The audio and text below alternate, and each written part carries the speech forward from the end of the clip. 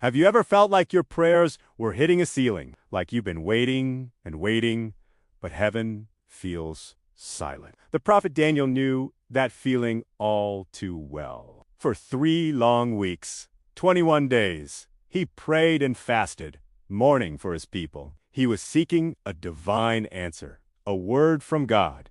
But what he didn't know was that his answer had been sent on day 1. It was just stuck. This brings us to one of the most mysterious and epic encounters in the entire Bible, a story that peels back the curtain between our world and the spiritual realm. We're talking about the celestial showdown between Archangel Michael and the Prince of Persia. This isn't just a story about prayer. It's a glimpse into the unseen cosmic war that rages all around us. So, let's set the scene. Daniel is by the great Tigris River. He's emotionally and physically drained from his extended period of prayer and fasting. Suddenly, a glorious being appears before him. The description is stunning. He's dressed in linen, with a belt of the finest gold. His body is like beryl. His face shines like lightning. His eyes are like flaming torches, and his voice is like the roar of a crowd. This is a powerful messenger angel, often believed to be Gabriel, sent directly from God's presence with the answer to Daniel's prayers. But then, the angel reveals something astonishing. He says, "Daniel, as soon as you began to pray, your words were heard, and I have come in response to them. But the prince of the Persian kingdom resisted me for 21 days. Think about that. The very day Daniel started praying, this mighty angel was dispatched. Yet, for 3 weeks, he was locked in a spiritual battle, unable to get through.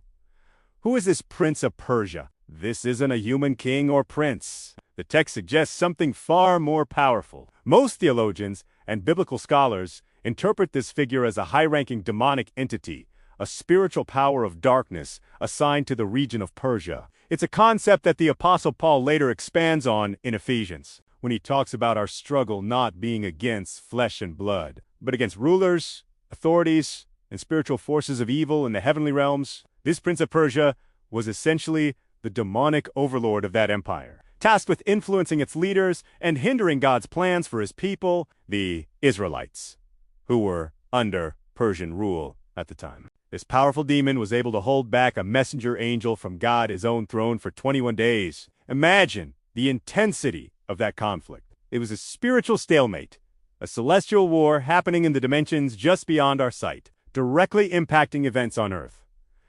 Daniel's persistent prayer was fueling the fight, but the opposition was fierce. So what broke the deadlock? The messenger angel continues his story.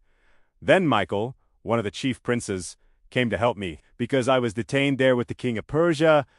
Enter Archangel Michael. In Scripture, Michael is portrayed as the ultimate warrior angel, the commander of God's angelic armies. His name literally means "who is like God," which is a battle cry. He is specifically identified as the guardian and protector of Israel. When the battle got too intense, when the messenger was held up, it was Michael who was sent as heavenly backup. He is the heavy artillery of the angelic hosts. The arrival of Michael changed everything. He stepped in to engage the Prince of Persia, essentially taking over the fight so that the messenger angel could finally break through and deliver his message to Daniel. This reveals a hierarchy and different roles within the angelic and demonic realms. Some are messengers, and others, like Michael, are warriors. The battle itself isn't described in gory detail, but we can imagine the clash. It wasn't a battle of swords and shields in the human sense, but a confrontation of divine power and authority against malevolent spiritual force, light against darkness,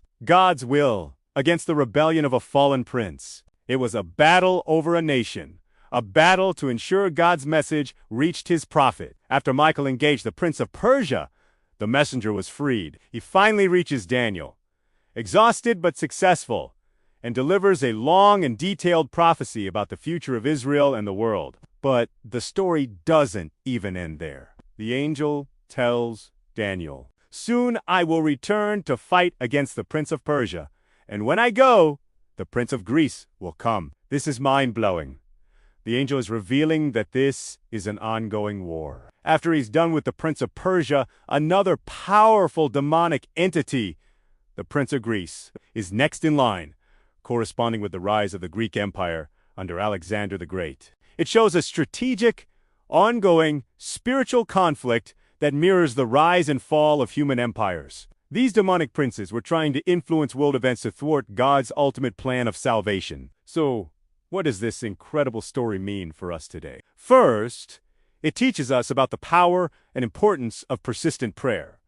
Daniel didn't give up after a day or a week. His 21 days of prayer were a spiritual weapon, sustaining the angelic messenger in the battle. Your prayers are not just empty words. They have real power in the spiritual realm. When you feel like your prayers aren't being answered, it might not be that God hasn't heard you, but that a battle is being waged on your behalf.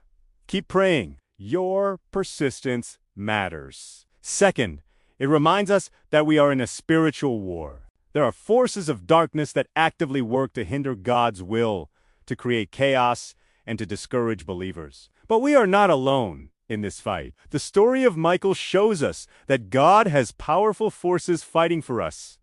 We have divine help. We have our own chief, Prince, Jesus Christ, who has already won the ultimate victory.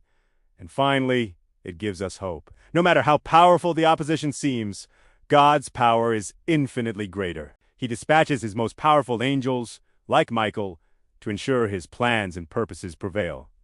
The stalemate was broken. The message got through. The darkness did not win. The story of Michael and the Prince of Persia is a powerful reminder that there is more to reality than what we see with our eyes. It's a call to be persistent in prayer, to be aware of the spiritual battle, and to be confident in God's ultimate victory. The forces of heaven are real, they are powerful, and they are on the side of those who call on the name of the Lord. Thanks for watching. If this story fascinated you, please hit that like button and subscribe for more deep dives into the epic stories of the Bible. Let me know in the comments what you think about this celestial battle. Until next time, stay strong and keep the faith.